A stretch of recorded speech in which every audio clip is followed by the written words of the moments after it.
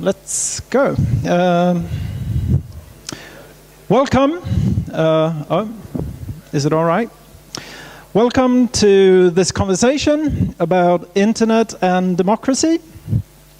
My name is Rickard Linde. I work at the green and liberal think tank Fores, and I am director of our program for the Digital Society.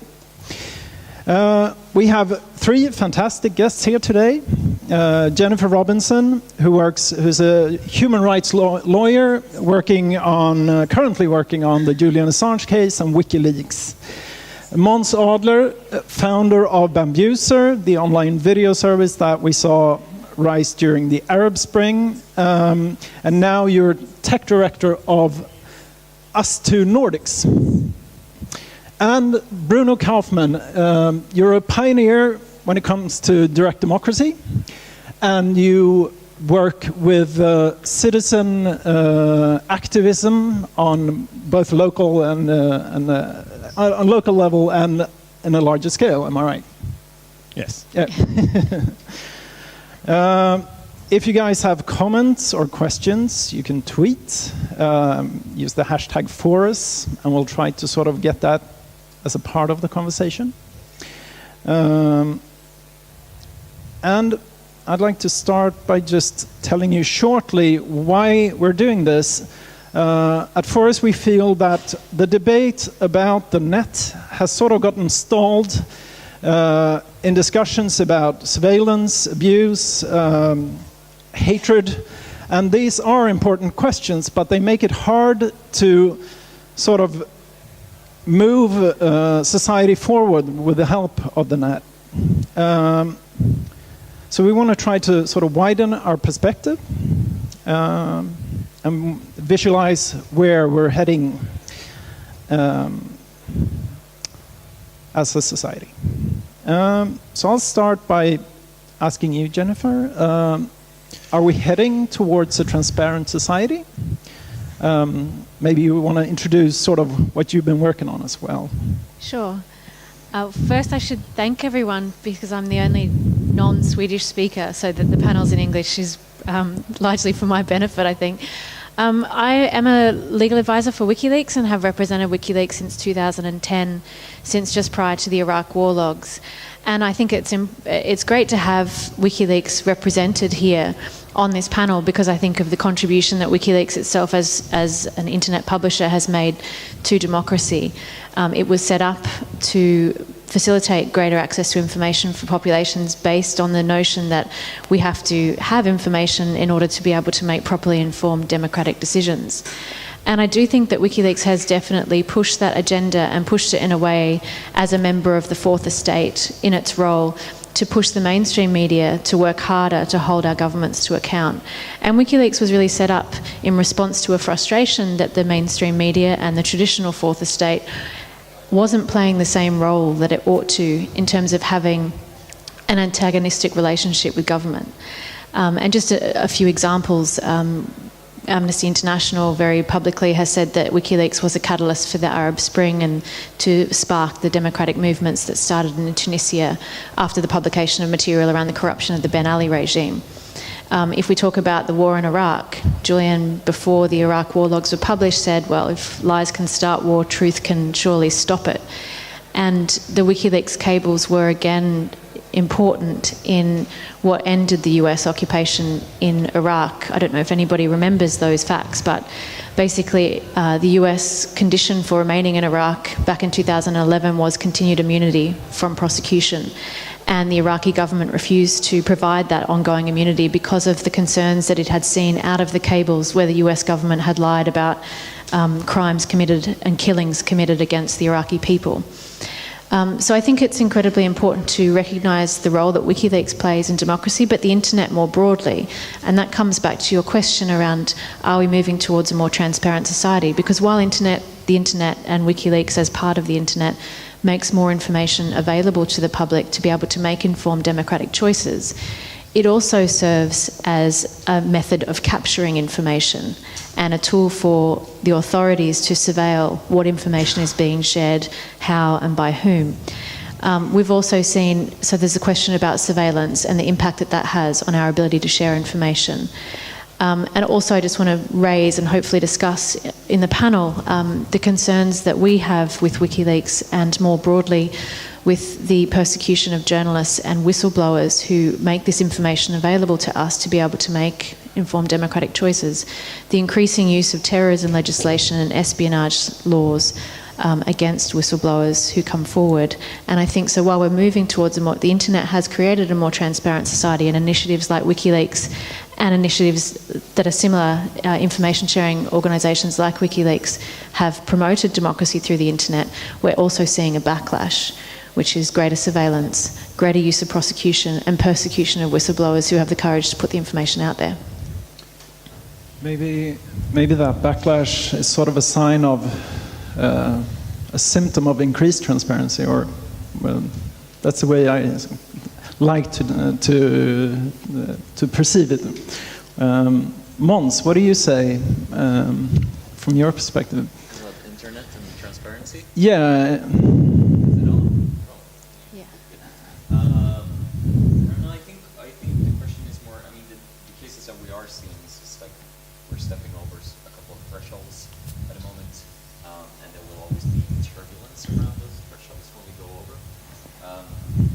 I think on a larger scale, when it comes to more democratic point of view, the internet is a fantastic tool for organizing people, and that tool we haven't really yet seen that on a worldwide impact on how we deal with processes in democracy. That's something, you know, not only being able to get more information in the transparency part, but also how do we organize, how do we sort of orchestrate our societies with those new tools. That is something that I think is very important. And also, maybe the most important one that I want to see in Sweden is I mean, with our welfare state, that we should get to a point where everybody gets a SIM card, free data traffic, and access is key. It is an online, where that is key. All right. Yeah, I'd also like a SIM card with free data traffic, personally. But for everyone, that would be great. Bruno, do you feel locally, have you seen increased transparency in your work or as an effect of your work? Yes and no. I mean, the ambivalence towards the possibilities of the internet are very profound, because it has to do with power. And this is not a new phenomenon. I mean, already before the internet, we had always the case that those in power are not voluntarily ready to share power with others. And as soon as it becomes really serious, the counterforces become very serious. And we see that very clearly in the internet age, as it becomes a global phenomenon. And we see the strategies to push back the potentials of the internet are getting stronger and stronger. I mean, in Kiev on Maidan, the people during the revolutionary time got SMS that the police sent them. We know you are here, and you have to be cautious now. So the strategies to do that are extremely strong. But on the other side, of course, we also see that this is a normal, as you have said, a normal phenomenon, that this backlash or this powerful attempt to control the internet is part of this possibly and hopefully democratization process, because the potentials are, of course, enormous. Just yesterday, the Norwegian Parliament decided to stop the trials with e-voting, which has been introduced 6 years ago. And this is also a typical case that they say now, the Parliament says, the people are afraid of the secrecy of the vote. For this reason, we stop this. And this is also something we have seen very often, to make something not good enough and then to say, because it doesn't work, we cannot develop it. And this is a case which shows that the Parliament obviously becomes a little bit afraid of people using the internet to really exercise their voice. And as I'm not only a Swedish but also a Swiss citizen, I'm since 10 years ago, I vote in all votes 4 times a year on the internet, and it works very well. But it's a very cautious process. But if you go too fast, too quickly, normally it doesn't work. And what I would like to say is, in a way, that we have seen now, first 10 years maybe of the internet, we have seen an information and you can say information revolution, really, in transparency, that we reach out to information we haven't had before. It was much more controlled.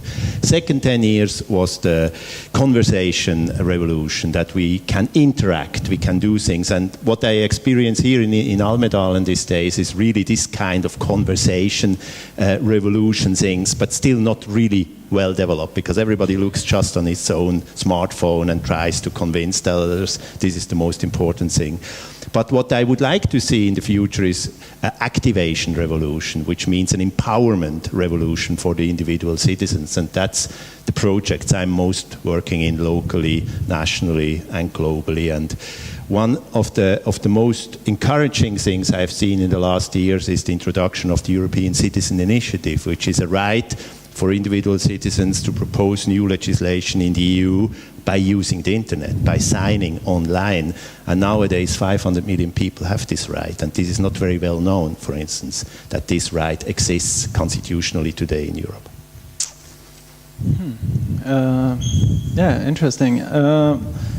Måns, did you see during, well, you'll have to correct me, but I'll connect Bambuser to the Arab Spring, but did you see specific behavior, or did you see that your technology and that service sort of activating specific behaviors? Except, you know, what I saw was just a sort of streamed live video. I mean, definitely when it comes to transparency, it was the fact that some of the activists chose to really display themselves completely transparent. They stated it was more secure to constantly send out your GPS position. Even though the police might know where you are, there's also a follower base of 10,000 people that will react instantly if you would all of a sudden get off the grid. Kind of. So definitely we saw a lot of those situations coming up. It's sort of on a more philosophical level becomes very interesting when you look at that kind of surveillance behavior. Because surveillance is a lot of based around, you getting access to information that goes to a small community of people, and they therefore get some kind of knowledge overtake, and in that sense also more power. But when you let that go and open that up, if, for example, every surveillance camera in the world would be, accessible by everyone, I doubt that we'll actually see it as surveillance in that sense, but maybe more as some kind of extension of the public space. And that is kind of interesting to see, because when you open it up as an open-ended system, it sort of transforms surveillance into something we all can act upon. So, but yeah, we saw a lot of those moments. Yeah. Let's see. Have you seen with WikiLeaks? Do you know of like specific consequences of some releases? I know we talked about how about the Iraq case and the films from Iraq. Have you heard of how people were affected by them, except on like in the media? Have you heard of if they affected people locally somewhere or in a specific context? Well, first, I think it's important to push back against the very exaggerated claims made by governments about the damage that's done to WikiLeaks and the risk to lives that's caused. Because what I can say in terms of impact is that we don't know of anybody who's been harmed in any way because of the WikiLeaks materials being released. What we do know, though, is the positive impact of having the materials released. And I mentioned Iraq and the contribution that WikiLeaks materials are said to have made towards Arab Spring, the ending of the occupation of Iraq. But WikiLeaks cables have also been used, speaking as a human rights lawyer, as evidence in a number of cases around the world. So we've had WikiLeaks cables cited in cases of extraordinary rendition. We've had WikiLeaks cables cited in the Chagos Islands dispute before the British courts and admitted as admissible evidence in the dispute between the Chagos Islanders and the British government over the territory that's been leased to the US for their military base there, in ways to support the Chagos Islanders. So in terms of the impact that WikiLeaks has had, and I'm not just talking about the cables, I think just this year, there's this discussion around, well, WikiLeaks is sort of fading into obscurity because Julian's stuck in the embassy because of the Swedish arrest warrant here. And that is not the case, because we think about the releases that WikiLeaks has put out just this year, the Trans-Pacific Partnership and the trading agreements, that TISA, that we've seen released just last week to coincide with Julian's 2 years in the embassy. These are significant documents which have an impact upon something like 65% of the world's trade, and have sparked a new conversation around the way in which we regulate trade and the way in which these negotiations take place, because they have huge impact for democratic societies. You've got the executives of our government engaging in these secret negotiations which have widespread ramifications. So I do think constantly we're seeing the positive impact of WikiLeaks releases, and I could probably go on and on and on about it. But to pick up on Måns' point, I think we're seeing an interesting inverse, because the whole basis around WikiLeaks is to protect sources, and that's been the base of the free speech protections, that we protect whistleblowers and sources by journalists assuring them protection from being revealed, which protects them from potential prosecution. Now what we're seeing post-Snowden, and I think that's a really interesting inverse, is that Snowden chose to go public because he felt that being very public about being the source for the material around the NSA surveillance was better protection than remaining anonymous.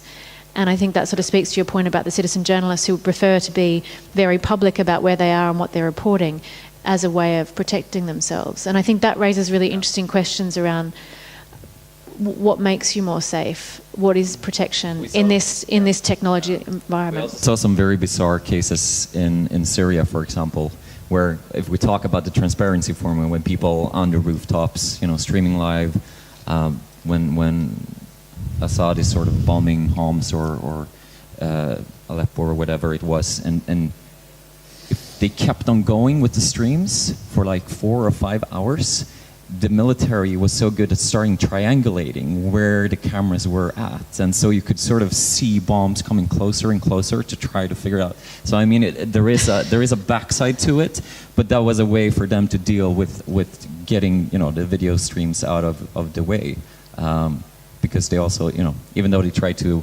lock us down in the country, people were using.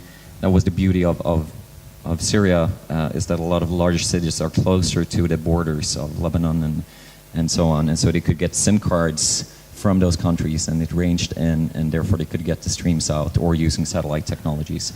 And so the backbeat was on trying to bomb them out by triangulation, which is kind of bizarre. But, yeah. And I think this access to information, this is also something which already has existed before the internet. I mean, when Germany was divided, of course the people who watched Western German TV had a much better information about many things. And I remember also in 1989, I was together with people trying to smuggling radio stations to Tallinn, Estonia, which was still at that time Soviet Union. So in a way, these dynamics you have had in many ways, and all these these free speech radio stations which have been on the shortwave. But what is today really in a different way? Of course, it's a much more dynamic development, because the access to the tools, to devices has changed so much. For instance, in India, there has been maybe 50 million fixed line telephone lines before now 800 or 900 million smartphones. So this has, of course, led to an enormous revolution. But what I would like to pick up as well, as you said, I mean, of course, we have the dictatorship and democracy pattern, but we also have the economy and democracy pattern, which is very strong, and where we can go down to a local city like Falun, my hometown, where we have big discussions, for instance, organizing a championship for skiing, and there are a lot of treaties involved in that which are not transparent. So the city has to pay, but we cannot disclose the treaties with the international companies on that, to the citizens who have to pay. So we have a strong problem between this protection of economic interests, which are extremely strong on one side, and the need of transparency and control by those who are in fact those who are paying, which are all of us, for everything. So there I think we have an open case. But Bruno, is there any good examples of people getting involved in the treaties and sort of, of course, negotiating you can them? push. Okay. I mean, you can push, but what is needed, and that's the point I want to come to, is of course that we not just have the right to get information, because sometimes these rights are written off by, for instance, trade treaties. But what we have to fight for are, of course, tools which gives us the right to change legislation.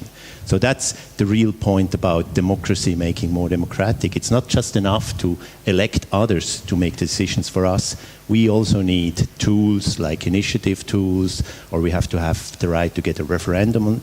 If we don't get that, all the internet things, all the nice tools we have are in fact very powerless, because in the end we have no constitution, no legal rights. So this has to be linked, in my view, very much more clearly than just being happy about that we can know everything, and because that leaves us powerless in the end if we don't fight for these rights. Do we have any good examples of it going on? Do you have any countries doing a good job in that sense? Of course, there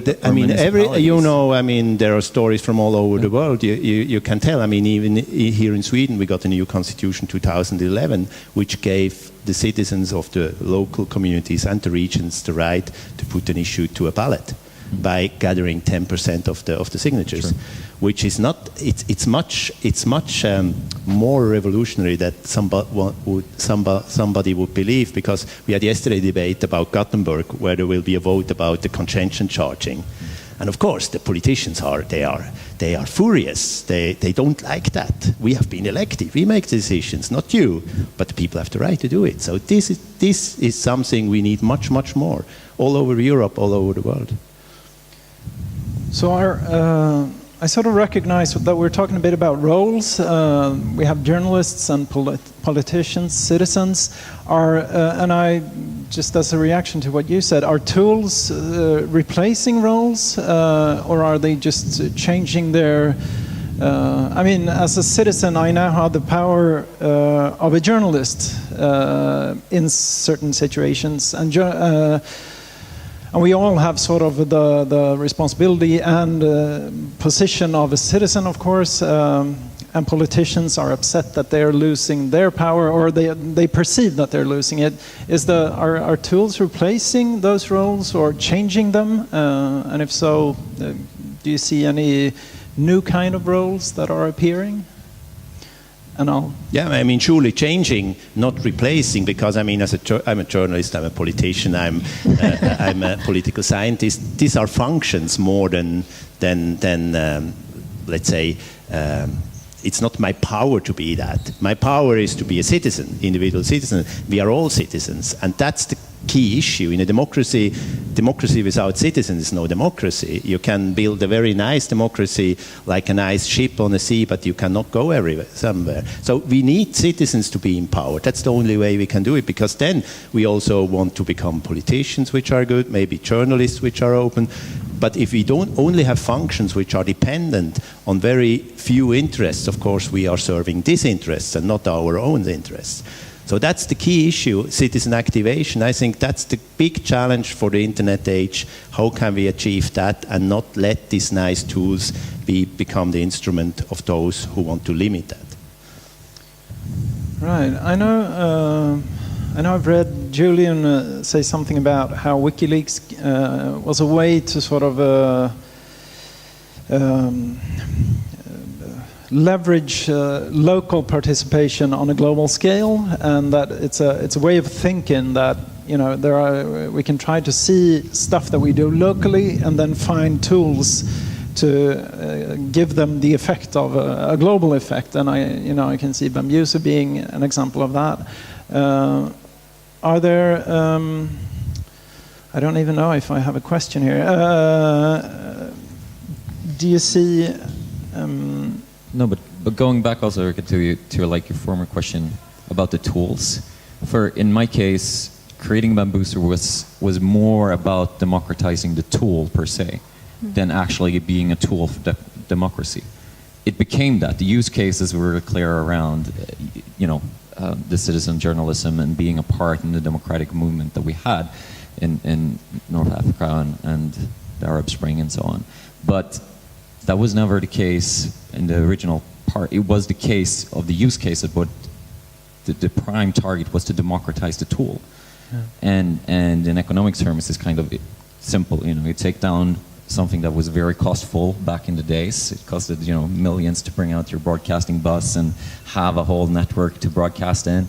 All of a sudden, we could bring this down to every man's pocket, and that was sort of the key. That was the democratization of it. And then that it was used in a very democratized way, it was kind of interesting.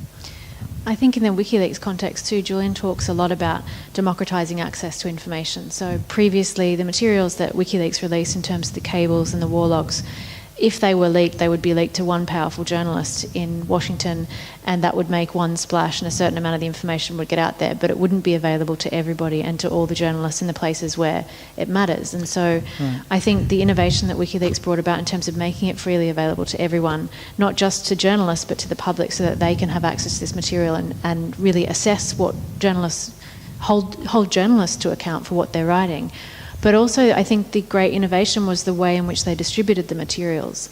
And so, for example, with Cablegate, the release was initially with the major media organisations who could splash the big international stories, but then packets of cables were distributed to local newspapers who could have the greatest impact for the local populations, for the politics of that particular place.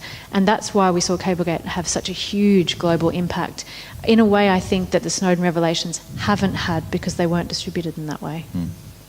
But I also think it's interesting, if you look at Sweden, how slow sort of the progress has been to use internet as a tool for giving out all publicly available files and protocols, and how slow the process is. Actually, it's kind of interesting. Try living in the UK. Yeah, Sweden's pretty good. I'm just thinking about the invention of, do you call it diary number? That we had a diarienummer. How do I say that in English? Like the registration number of the file, right? That was just like an organizational tool, which is today completely useless, because you can just Google the whole document instead of what you want. But of course, I mean, this is also the challenge, that you have established democratic systems which are based on, let's say, a culture and compromise, that this is good, so you don't have to discuss that every day. Of course, there are people who think with the internet you can just change everything in a way that everybody can be involved in everything, but it doesn't, of course, work, because we know, as we can see here in Almedalen, it's far too much. Too many things, too complex, too many interests. You are not critically able to really go beyond what's this. And the campaign, I mean, when I was following the Crimea referendum, I was just feeling so bad about this information battle, from both sides. So you had no idea anymore what's true and what's wrong. So we need, in all this, we need time and space for digesting, for being able to reflect, to look beyond what's produced, because that's, of course, availability and transparency is a nice thing, but it's not everything. If we are not able to be able to really analyze in a way and find this is intuitively right or wrong.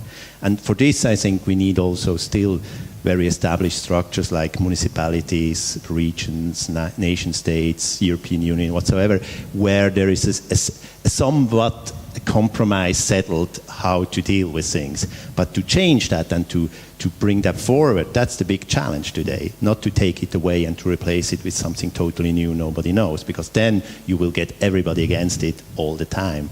So that's very difficult, and that's the reason why we need to be, in all that, we need to be very patient in seeing which is the next step forward. I always say that because I'm working on these issues globally.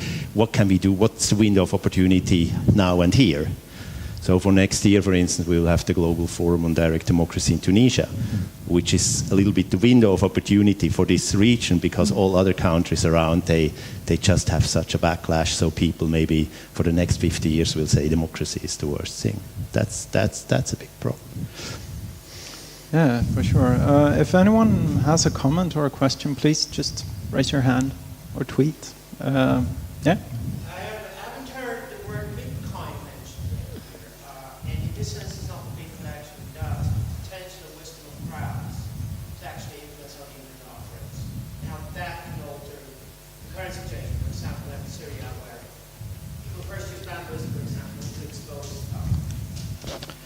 I'll shorten it that. If you take Syria, for example, Bambuser was used extensively to expose the Assad regime, and then obviously the Assad regime could hold the telecom companies that could spot where people were at, and we have this constant cut and mouse game, where things are at pretty much now in a lot of these countries. But I'm interested in, you haven't mentioned the word Bitcoin at all, none of you, and I'm not interested in Bitcoin as a phenomenon financially, but in the fact that the wisdom of crowds can be used to even eliminate governments eventually from information flows. And how that would be the next level of the cat and mouse game that could really put the forces of democracy forward. Any comments? I can comment. I'm really curious about Bitcoin as a platform, a currency as well, but I don't want to get into details, but you can use Bitcoin, the currency is based on a technical platform that you can sort of build other tools and services on top of. And it's a way to sort of identify securely and distribute it in a distributed fashion. So you can, for certain know, if you connect a signed agreement to the blockchain, which is the platform, everyone can see that this deal has been made, it's verified, and there's no central authority making it. So I see it definitely as a platform to look at. I can see how we can sort of start testing voting in different ways with the help of it. I'm really curious about where that's heading, but it's really early though, and I think the services that we do see are really, really early stage experiments. Yeah, that's just my... No, I totally agree. It's going to be super interesting because it is something... The democratic process in its base of being a part of a national state and sort of being me, identify, I need to identify myself when I go and vote and so on. And who really says that I am who I am? Today we have a little piece of a paper that we show, and that's sort of where we get in and can do our vote and so on. But it is going to be interesting to see how that democratic process is completely going to change, how the nation state is going to stand and live with that if it can, and who we're going to, what we're going to deal with. Yes, I also think this Bitcoin is a nice example. I'm not a specialist for the currency issues, but I see it as a really an initiative to show what can be done if you are free to do. And of course, all these kinds of freedom experiences are always under threat by those who want to use it for less honorable cases. Freedom is always an ambivalent process in that. But I would say it's great to see how on a transnational, global sphere where traditional politics, where traditional limitations are not existing, sometimes really great things can be developed. I mean, the internet is in a way also that. But on the other side, of course, it will never be a one-step model from a great idea to a global system, because that will not work. What we are, in a way, always as a human being prone to is that we are agreeing very quickly on what we don't like. It's very hard to agree on what we like and where we want to go. That's much harder, and that creates much more necessity of let's say, an infrastructure to agree on how to do that, because being against something is really, you see that all the times in opposition, in protest. It can be very quick, but it's very slowly in developing new things which are really stable and robust for the future. But I think they're speeding up, and I think that comes back to your question, Alexander, or your comment. It's sort of that's what's going on. I mean, the speed of organization of people deciding if I should go down to Tahrir Square or not. Also, I mean, it has a very practical impact that we actually can take those decisions way faster than we used to do. Because if we would get 4 or 5 days to get 100,000 people or half a day to Tahrir Square, it makes a difference. Of course. Because people might not show up 4 or 5 days later, right? So, and agreeing on what's right or wrong with those crowd-based system can be very fast and speedy, yes. Which would be interesting. The question if we as human beings then live with it, that's another. How fast changing are we? And if we would like to have it as fast, that's what I discussed a little bit before. I mean, isn't it a value of its own to have time? reflection, for validation. I think that's something we shouldn't forget, because it's nice to have 100,000 people quickly, but it can also be a quite dangerous thing. Absolutely. It's a little bit tough waking up in the morning and driving on the left side of the street all of a sudden. The next day going back to right, you know. Yeah. All right, we have a couple of questions here. Hi. I'm just wondering what your views are about the future of the internet, because we have Twitter as social media with text, and we have Bambuser, and we have YouTube as videos. So do you see any other tools emerging in the future to use for to empower democracy around the world? Thanks. I think a lot of the interesting things that I'm seeing from my perspective now, being at us too as well as the tech director there, where we sort of get all the new gadgets from Sony or Google and, you know, design the use cases around them before they go out to the public, is sort of, we will start to look into your body and what that will bring. And I mean, the Nike Fuel Band did a great job on sort of providing data on how people move at a scale and at an everyday base that we haven't seen before. And that's going to be interesting to see how nation states react upon that. It's a lot about health, but health is a pretty important part of you as a citizen of a democracy. And I think that's going to be super interesting to see what we can get out of that and how we will treat it. And people will live longer, stay alert longer. So that's going to be interesting.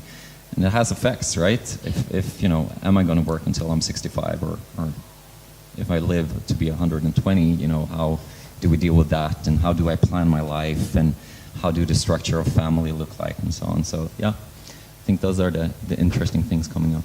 Insurance companies, right? All of a sudden I need to be transparent to my insurance company because I did my 23andMe DNA test a couple of years ago, and if I know that I have a higher degree of getting a disease, I'm supposed to let them know, because otherwise they will pay me differently. So I think we will also get to a place where, for example, insurance companies, the rates you pay them will be lower if you actually give them your data. This is how much I do training exercises and so on. Therefore, I don't need to pay you as much because I stay fit, and the probability of me getting ill is not as high. So yeah, that's where I think is some of the biggest movements. Is kind of a little bit off track, but still very, very interesting in that field. You guys can also comment, but I think we should take, you have a question and you have a question. We can take them both, and then you guys can reply, and maybe if you want to sort of close up with something. About how users somehow sidestep states for democratic purposes. I'd like to hear more examples of that happening, and I'm thinking especially in terms of internet rules and security issues, like say for instance that they do block Twitter accounts in a country. Maybe it'll take a long time before one state will tell another state to act properly, or agreements and things to come into place. How can users help other users sort of ensure their democratic rights? That might be a better way to go about it. I mean, it is a tough fight, definitely. If when Egypt, I think that was an interesting case with Egypt, for example, that Mubarak actually chose to close the internet completely. It was black, A couple of months later, Bahrain did the same, but they didn't close it. But they turned down the capabilities to you could just send a couple of bytes. But from a political point of view, we look at the internet as very binary. Either it's on or it's off. Either the citizen can use it or they cannot. But in the case of Bahrain, we didn't see any international movement at all, almost, because it was still open, right? And I think that was a very interesting case on how they dealt with that. But it's also a question of size. I mean, big countries obviously have bigger possibilities to do it. I mean, if you see China with Weibo, for instance, instead of Twitter, they control it. I mean, they are extremely quick in stopping something which is coming up. Sometimes they can't avoid it to there is an accident with a train or something, it comes up quickly. But if there are more political things like campaigns, I mean, it was very interesting now with the June 4 anniversary of 25 years of the Tiananmen massacre. The Chinese have been so successful in avoiding any information about that. So young people have no idea about that anymore. So a lady from Human Rights Movement, she put an ad in a newspaper, in fact, for June 4 memory. And the editor-in-chief asked, "What's that?" She said, "It was a mining accident." So he had no idea. So the ad was in the newspaper, and it brought a lot of discussion. What's June 4? What's it? So you see how it is possible in the internet age to avoid a knowledge about the key event 25 years ago. That's quite crazy to see.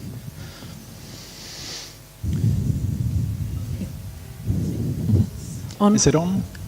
Yes, hi, I'm Kajsa Holberg-Edu. I'm a researcher who spends part of my time in Ghana in West Africa. I just wanted to share an example of how internet can be used as a tool for democratization. Since I sat down here, there's a protest happening in Ghana today. If you want to follow it on Twitter, it's called Occupy Flagstaff House, which is the president's home in Ghana. And since I sat down, I've realized that a friend of mine has been captured by the police. I've realized that the Minister of Foreign Affairs has commented on how few people turned out for the event, and she's getting responses on that. And I think it's very interesting that, as you mentioned, that internet can be used just to rally people. This protest could not have happened without the internet. It's been discussed the last week over the internet, how to meet, where to meet, how to go about it, how to avoid pitfalls, etc. But then also the aspect of us looking on. I think it would matter a lot to the protest if they, for instance, would see Swedes retweeting what is going on, asking questions, being part of the debate. And I think that's also very important. And you mentioned it a little bit that many protesters, activists are these days very transparent with where they are, what their views are, who they are. So that's another aspect, and this is just an example happening right now. Yeah, super interesting. That I think, from my perspective, in that case, my most important job is more getting access, because I think Africa is kind of the last example of that, and that we're missing out a lot of the stuff that's happening in Africa due to access. I mean, I was in Zimbabwe this fall, and it was amazing to see how to use it, but also how, the difference between people with access and the people who do not have it.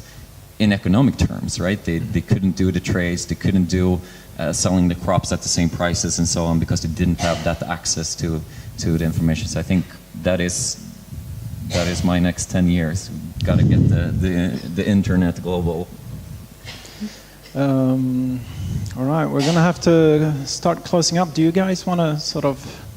Yes, for the next 10 years, it's a good, a good challenge. No, I'm especially interested in trying to bridge, let's say, the possibilities and the potentials of the individual citizens with the institutions, with the states, with the municipalities, and I really try to cooperate with good forces all around the world. And two projects I'm involved in currently is one we developed, in fact, in our small city of Falun, is the Democracy Passport, which is an offline little product trying to basically giving the citizens of our city all the key information about where, how, and when they can influence.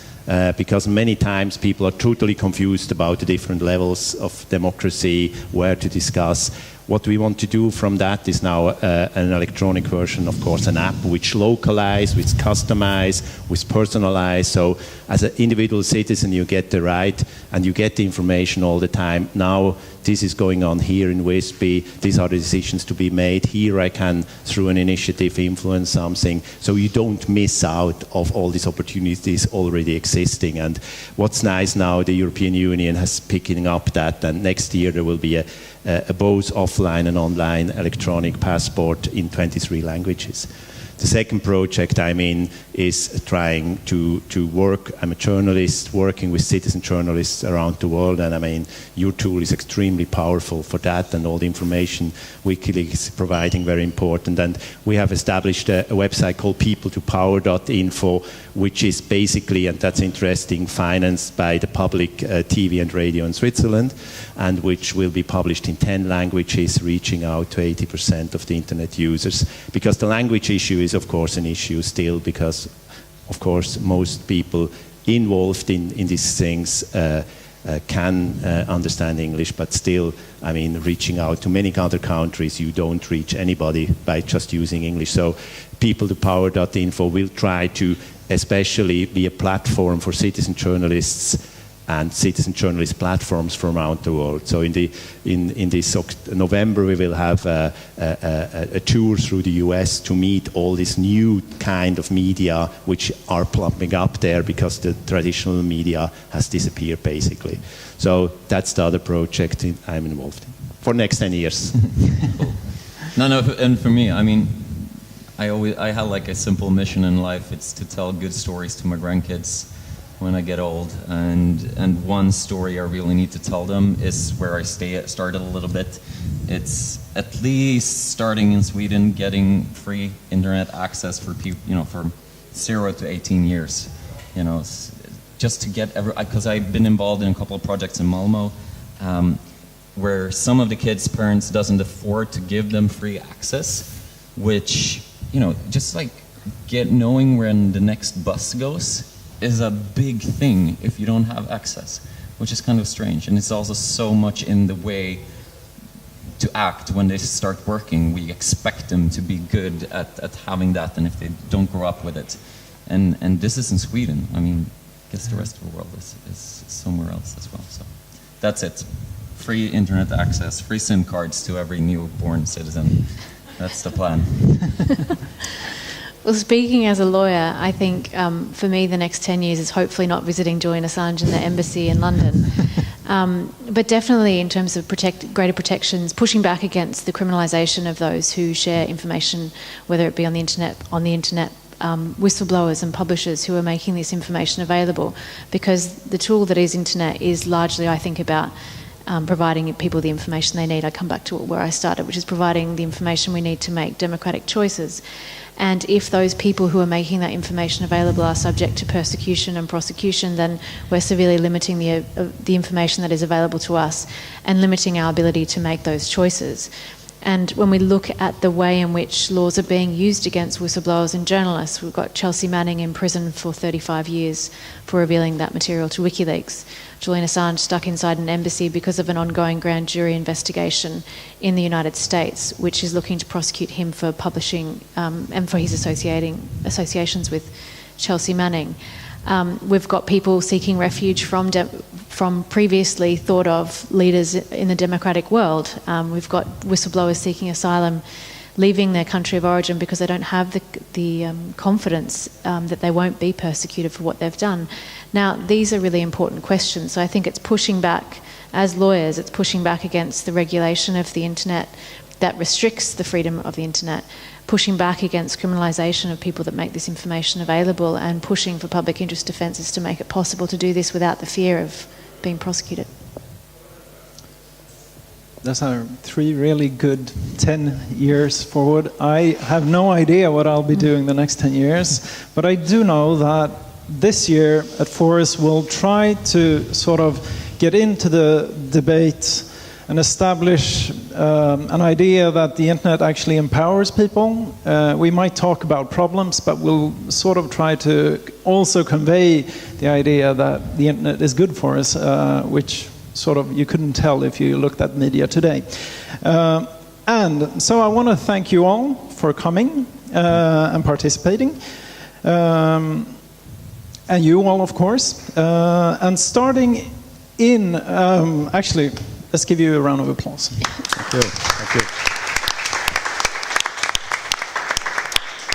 And in a few minutes, we'll have another seminar from the Digital Society program with Jakob Dexe about personal integrity in practice. So please stay for another hour.